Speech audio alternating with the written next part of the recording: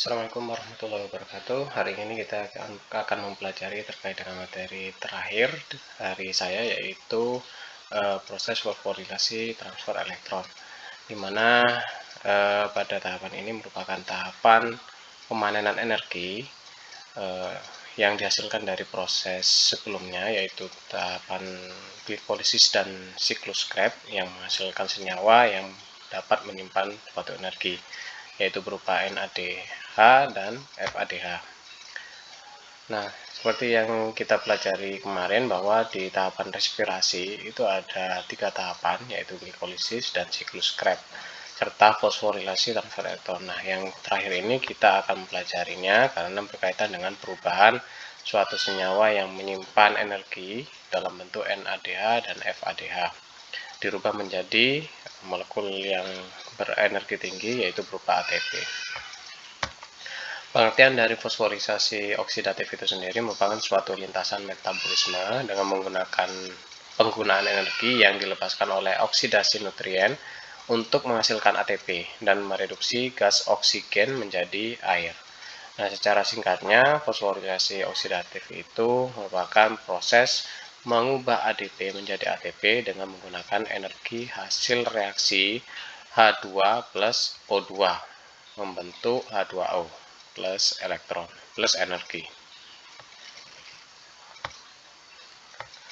Adapun tahapan-tahapan dari reaksi transfer elektron itu, yang pertama adalah sistem transfer elektron ini terjadi pada suatu organel yang disebut dengan mitokondria, tepatnya terdapat di bagian krista mitokondria. Ini berfungsi untuk memindahkan elektron dari makanan ke oksigen. Nah, ini kan proses yang secara garis besar ya. Jadi makanan yang kita makan itu sebenarnya nanti akan dirubah membentuk suatu molekul yang disebut oksigen.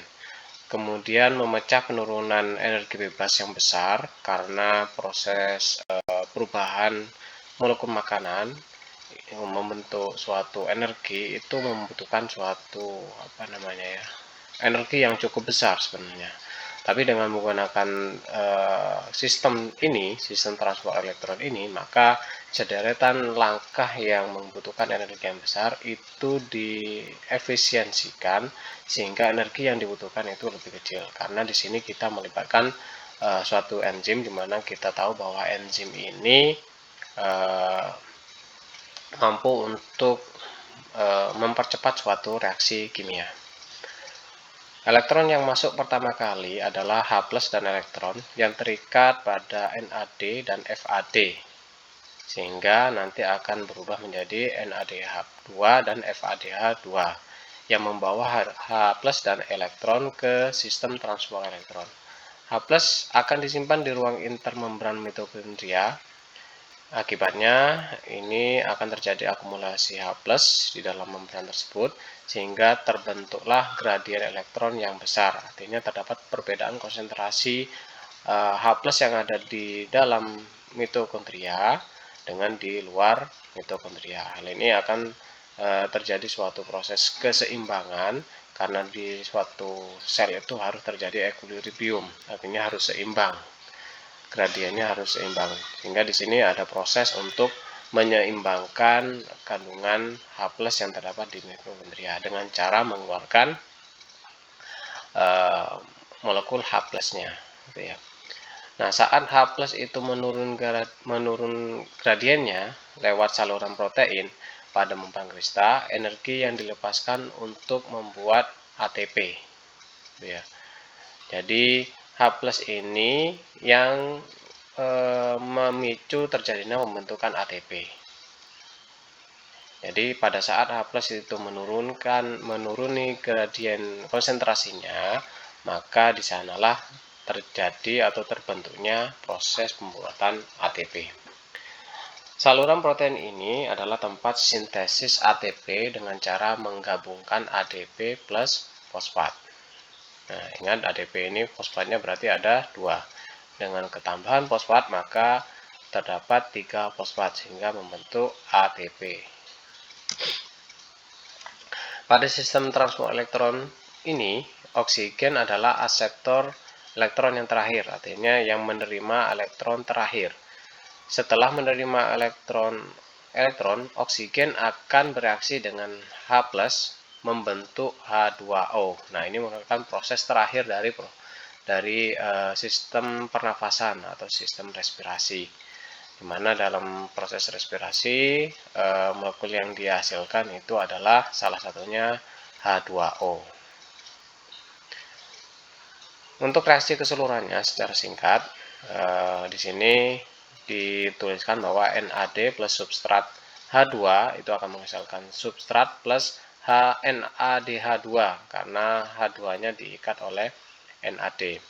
Kemudian langkah selanjutnya NADH2 itu akan bereaksi dengan oksigen dalam proses pernafasan, itu akan menghasilkan NAD plus 3 ATP plus H2O. Nah, ini secara umumnya gitu ya, secara keseluruhan. Nah, ini merupakan gambaran proses transfer elektron ya. Dimana di sini kalau kita lihat terjadi suatu aliran elektron ya, mulai dari tahapan awal NAD berubah menjadi NADH berubah menjadi NAD atau FADH berubah menjadi FAD. Di sini terjadi aliran elektron yang dibantu oleh beberapa enzim gitu ya. Jadi dengan dibantu oleh enzim maka proses ini menjadi lebih ringan, artinya penggunaan energi itu tidak terlalu besar. Energi hanya digunakan pada proses awalnya saja. Di akhirnya nanti di tahapan selanjutnya itu akan dibantu oleh enzim sehingga nanti lebih efisien. Nah, ini merupakan gambaran matrik dari mitokondria. Jadi di sini terjadi proses transfer elektron itu tadi ya. Proses glikolisis kan terjadi di sitoplasma gitu ya, di sitoplasma. Kemudian hasilnya itu akan dimasukkan ke dalam matrik mitokondria ya. Dan di dalamnya itu nanti akan terjadi proses yang namanya siklus asam sitrat atau siklus Krebs gitu ya. Nah, di siklus Krebs itu kan nanti akan menghasilkan energi ATP ya, NADH dan juga FADH. Selain itu nanti akan dihasilkan suatu senyawa yaitu suksinat. Nah, dari suksinat ini nanti akan menjadi suatu prekursor untuk melanjutkan pada tahapan transfer elektron. Nah, di sini ada 5 tahapan sebenarnya, tapi yang terjadi di membran itu hanya 4 tahapan. Nah, satu tahapan lagi itu disebut dengan tahapan sistem sitokrom. Nah, sistem sitokrom inilah yang nantinya akan merubah molekul oksigen direaksikan dengan H+ sehingga akan membentuk air.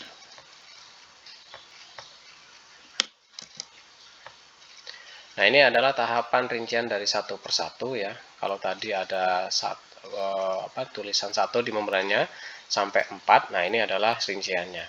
Jadi untuk kompleks 1 ini merupakan rantai pertama, rantai transfer elektron. Ini berupa kompleks enzim yang disebut dengan NADH koenzim Q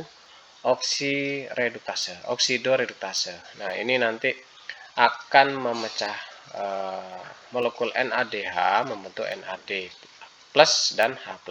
Nah, di sini akan dihasilkan suatu proton yaitu H+.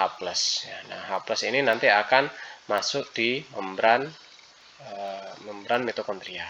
Ya, jadi akan terakumulasi di sini, diikat oleh Q, nanti akan diakumulasikan di sini, sehingga nanti gradien H+ yang ada di membran ini akan meningkat.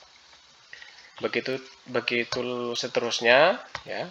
Di H2 juga sama ya, cuma di sini yang berperan adalah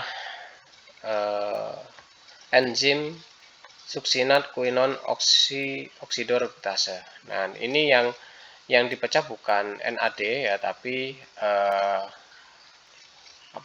senyawa yang dihasilkan dari siklus Krebs yaitu suksinat ya. Senyawa yang dihasilkan di siklus Krebs itu suksinat dirubah bentuknya menjadi fumarat sehingga akan menghasilkan 2H+. Nah, lagi-lagi dihasilkan proton gitu ya, elektron ya. Jadi di sini nanti akan diikat lagi oleh kompleks Y ya, kompleks Q ya. Sehingga nanti akan menambah akumulasi H+ di membran matriks mitokondrianya. Kemudian lanjut di kompleks 3 itu sama, cuma di sini ada 2 tahapan. Ya, nanti enzim yang ada di membran matriks mitokondria itu akan meningkat sehingga nanti 3 substrat dan molekul kedua KH itu akan terikat. Itu ya. Untuk step pertama itu dihasilkan 2H+ juga, step kedua juga 2H+. Nah, di sini nanti juga akan diikat ya oleh Q. Ya, di sini diikat Q.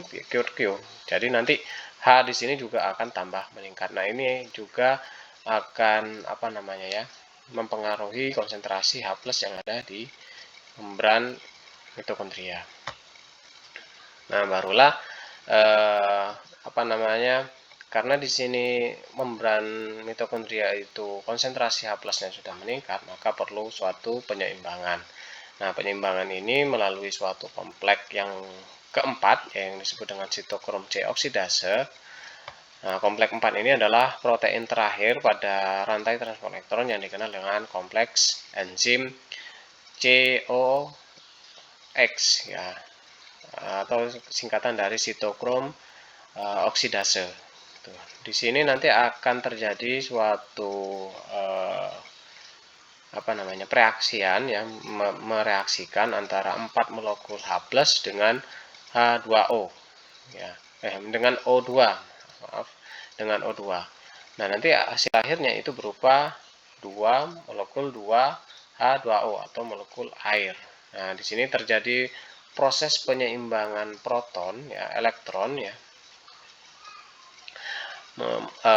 ion H+ ya, yang ada di dalam matriks mitokondria dengan cara mengeluarkan H+ ini menuju keluar ya dari matriks mitokondria.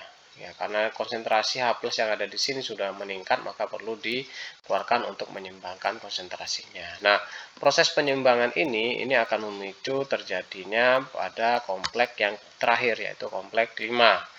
Nah, tadi kan pengeluaran H+ itu kan melalui suatu protein ya, protein tertentu. Nah, protein ini nanti akan dipicu dengan terjadinya proses penurunan gradien, yaitu H+, yang 4H+ itu dikeluarkan menuju keluar, itu melalui pintu masuk ya, dalam tanda kutip pintu masuk ya, protein itu ya. Nah, itu akan mengaktifkan terjadinya pembentukan ATP, di mana pada proses ini terjadi pada kompleks yang kelima, yaitu ATP sintase. ATP sintase itu adalah enzim terakhir yang terdapat dalam lintasan fosforilasi oksidatif, di mana mekanisme ATP sintase itu ditunjukkan dengan warna merah ya, warna merah yang ini. Sedangkan ADP dan fosfat dalam warna merah jambu. Ini ya, dalam warna merah jambu. Dan subunit Y akan berputar dalam warna hitam. Ini disebut dengan subunit Y. Ini akan menangkap ADP dan P ya. Ini ADP-nya, ini P-nya. Kemudian ini substratnya ya. Kalau enzim itu kan sesuai dengan substratnya ya, harus sesuai dengan substratnya. Kompleks enzim itu sesuai dengan ini disebut dengan log NK. Jadi antara bentuk yang ada di sini substratnya ini dengan enzimnya itu sama, gitu ya. Itu sama. Nanti kalau ini sama, maka ini akan terjadi kecocokan sehingga akan terjadi reaksi, gitu ya. Dari enzim ini akan berputar begini, menangkap ADP dan P-nya ini, menempati posisinya, baru kemudian setelah diputar gitu ya, itu akan terjadi proses penyatuan. Nah, fungsi dari enzim itu seperti itu. Jadi dia menurunkan aktivitas penggunaan energi untuk mempercepat proses metabolisme ya, proses aktivasinya. Jadi ADP plus P itu akan membentuk ATP. Nah, ini proses penyatuannya. Dari sini nanti akan dilepaskan sehingga akan terbentuk ATP. Nah, kembali lagi di di proses yang keempat, ya, kompleks yang keempat. Di sana terdapat sistem sitokrom, di mana di sini bentuk energi metabolik yang paling berguna bagi tanaman itu adalah ATP. Berbagai macam energi metabolik yang dihasilkan melalui glikolisis dan siklus Krebs itu bergerak menuju membran dalam mitokondria. Di dalam membran mitokondria itu berlangsung rantai transport elektron yang disebut dengan sistem sitokrom, yang sangat mirip dengan rantai transport elektron pada fotosintesis. Senyawa energi metabolik, yaitu berupa NADH dan FADH2, itu menyumbangkan elektron pada elektron transport karier. Dalam rantai transport elektron dihasilkan gradien energi dan enzim penghasil ATP atau ATP-ase. Oksigen berperan sebagai penangkap elektron terakhir yang bereaksi dengan ion H+ untuk menghasilkan air. Nah, proses secara lengkapnya seperti ini ya. Jadi awalnya kan ada NADH dan FADH, itu akan melepaskan elektron dan juga H+ gitu ya. Dan di sini akan H+ ini akan menurunkan gradiennya untuk membentuk ATP gitu ya.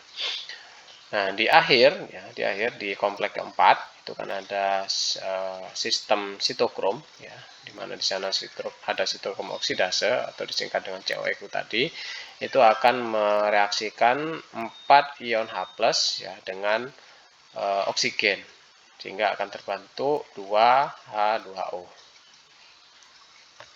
2 molekul air.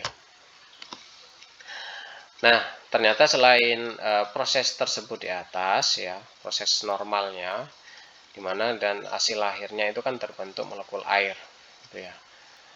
Ternyata jika terjadi suatu gangguan pada tanaman, misalkan kondisi kekeringan, kondisi cekaman ya, cekaman air, cekaman suhu dan lain sebagainya, sehingga tanaman itu menjadi stres ya, itu akan menyebabkan terjadinya suatu zat yang berbahaya yang sangat reaktif bagi sel yang ada di tanaman, sehingga nantinya akan mengakibatkan tanaman tersebut atau sel tersebut mengalami kematian. Nah, ini istilah ini disebut dengan spesies oksigen reaktif, di mana spesies oksigen reaktif ini merupakan oksigen molekular akseptor elektron terakhir ya, yang ideal ya, karena ini merupakan oksidator kuat. Reduksi oksigen mengakibatkan zat antara berpotensi bahaya. Ya, sebenarnya oksigen ini kan memang berguna karena di sana sebagai penerima elektron terakhir, yaitu H+-nya tadi ya, membentuk H2O. Akan tetapi ya, jika terjadi zat antara, ini yang akan menyebabkan bahaya bagi selnya ya. Walaupun transfer 4 elektron dan 4 proton akan mereduksi oksigen menjadi air yang tidak berbahaya ya, transfer 1 atau 2 elektron akan menghasilkan anion superoksida. Nah, ini kelainan ya. Jadi harusnya O2 itu bereaksi dengan H+, cuma kalau misalkan terjadi yang saya sebutkan tadi ada cekaman ya, ada stres, itu akan menghasilkan superoksida, anion superoksida maupun anion peroksida. Ya. Kedua molekul ini sangat reaktif.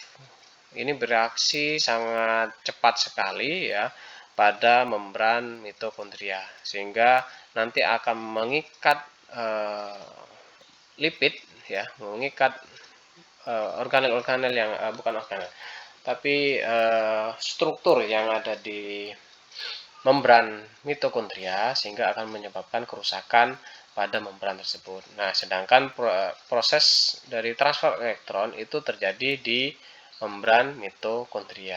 Jika mengalami kerusakan, maka proses transfer elektron untuk menghasilkan energi itu tidak akan terjadi. Dan juga proses siklus Krebs itu juga akan tidak terjadi karena organel tersebut itu akan mengalami kerusakan. Spesies oksigen reaktif dan produk reaksinya ini seperti radikal hidroksil, sangat berbahaya bagi sel karena akan mengoksidasi protein dan menyebabkan mutasi pada DNA. Untuk melawan ini biasanya sudah terdapat penangkalnya gitu ya. Jadi ada beberapa vitamin yang mampu untuk menangkal radikal ini gitu ya. Sehingga kan kalau kita ingin lebih sehat itu kan biasanya dianjurkan meminum vitamin C, meminum vitamin E gitu ya. Nah, itu fungsinya adalah untuk menangkal radikal bebas yang dihasilkan dalam proses respirasi yang tidak sempurna. Itu. Jadi vitamin C dan E ini bisa mengatasi atau melawan spesies oksigen reaktif tadi.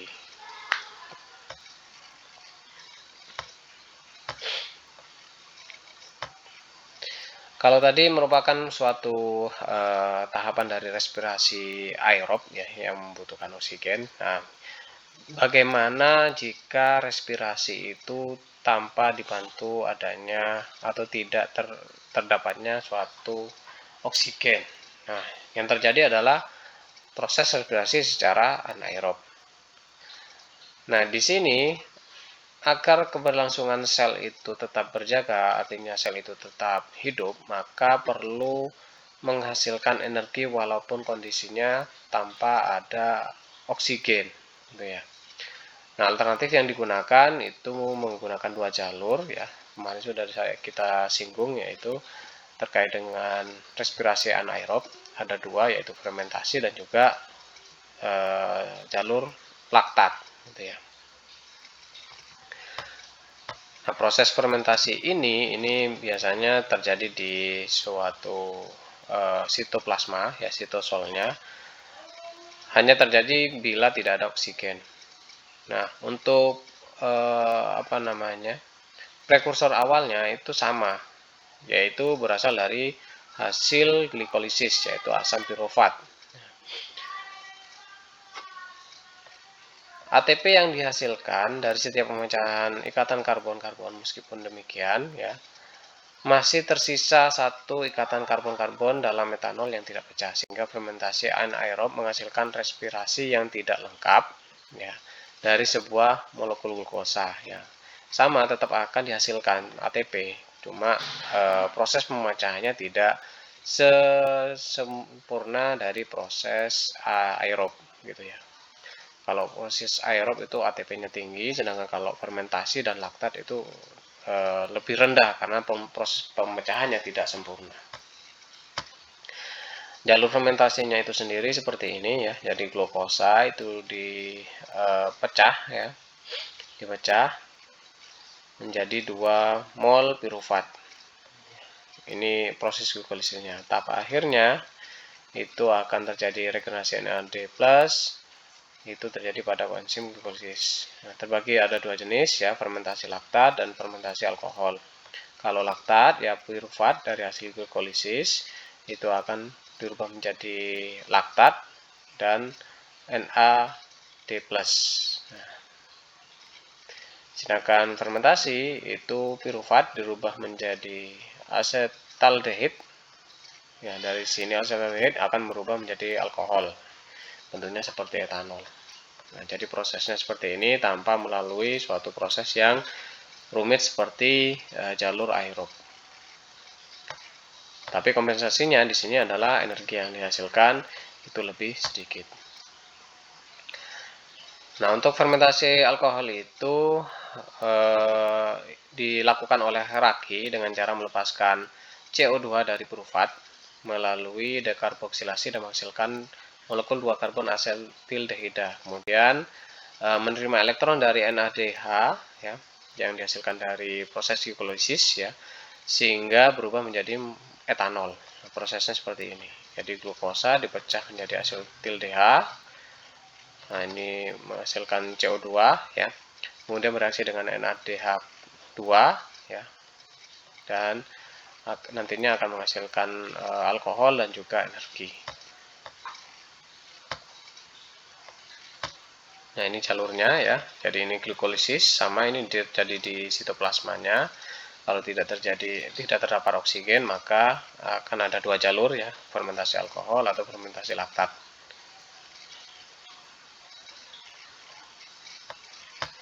Kemudian untuk fermentasi laktat, nah ini terjadi di sel hewan biasanya ya.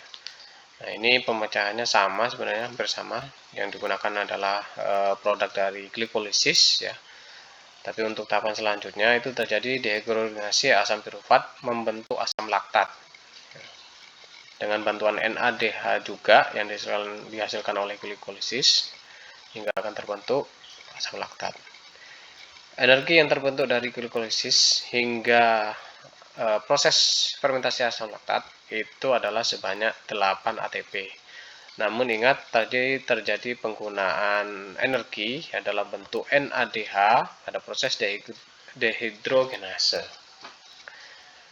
Nah, sehingga di sini nanti 8 ATP itu dikurangi dengan 2 NADH ya, di mana NADH, satu molekul NADH itu setara dengan 3 ATP.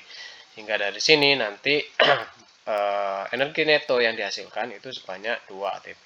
8 ATP dikurangi 2 NADH atau 2 kali 3 ATP berarti 8 kurangi 6. Sisanya adalah 2 ATP. Nah, di sini kan sangat terlihat ya bahwa energi yang dihasilkan itu hanya cukup ya untuk keberlangsungan sel dalam kondisi sementara.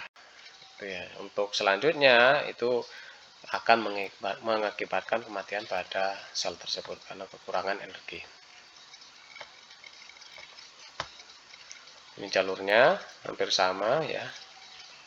Dia menghasilkan laktat. Kalau fermentasi alkohol, dia menghasilkan alkohol atau etanol.